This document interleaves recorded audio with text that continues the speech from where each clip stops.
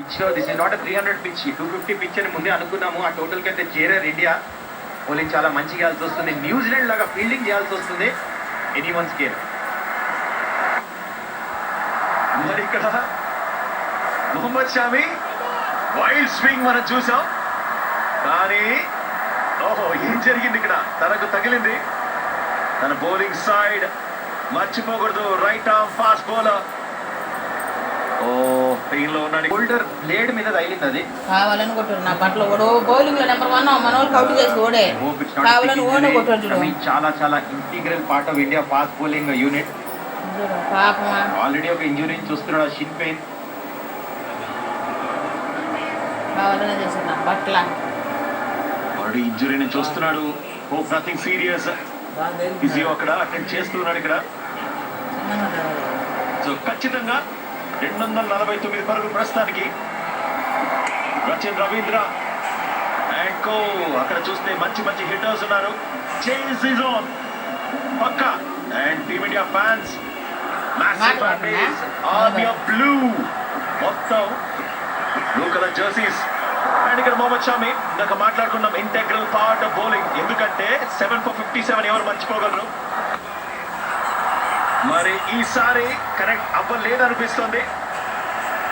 Easy catch Glenn Phillips కి.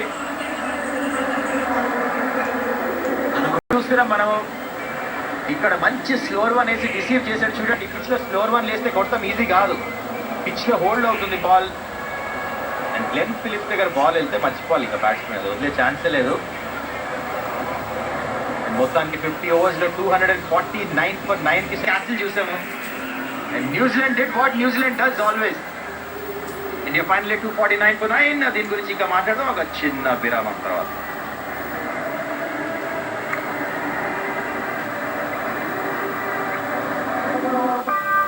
అద్భుతంగా రాణించాడు ఈ రోజున 79 runs. అండ్ అక్షర్ పటేల్ తను ఆ బ్యాటింగ్ పొజిషన్ లో రావడం చాలా మంది క్వశ్చన్ చేశారు. 42 పరుగులు జోడించాడు. కాకపోతే రాహుల్ వచ్చుంటే బాగుండేది అనుకున్నారు, కానీ దాని తర్వాత హార్దిక్ పాండ్యా మంచి ఇన్నింగ్స్ ఆడాడు.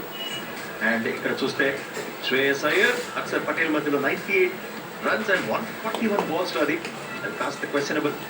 And henry pick up the bowlers 5 వికెట్లు సాధించాడు. 42 పరుగులు ఇచ్చాడంతే. Wonderful bowling. మిగతా వాళ్ళందరూ కూడా ఒక్కొక్క వికెట్ తీశాడు, ఫ్రేస్వెల్ తప్ప. సో సెకండ్ మెచ్చుకోవాలి. క్లినికల్ పర్ఫార్మెన్స్ అండ్ ఎకనామికల్ కూడా. అది ఓవర్ ఫినిష్ చేస్తారు తను. 10 overs అండ్ ఫస్ట్ 10 overs లో 37, 3 వికెట్లు.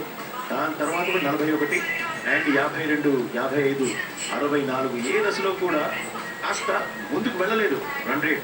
అండ్ ఇందాక ఎక్స్పర్ట్స్ అందరూ చెప్పినట్టు ఇది 300 వికెట్, 270+ వికెట్ కాదు, 250 వికెట్. సో 250 వరకు వెళ్ళారు.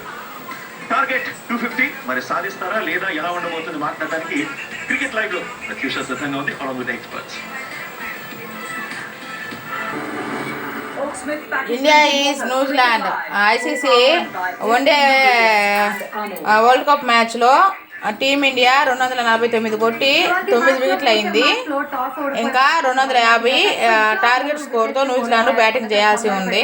సెకండ్ బ్యాటింగ్ మీకు మళ్ళీ వీడియో అనేది పెడతానండి.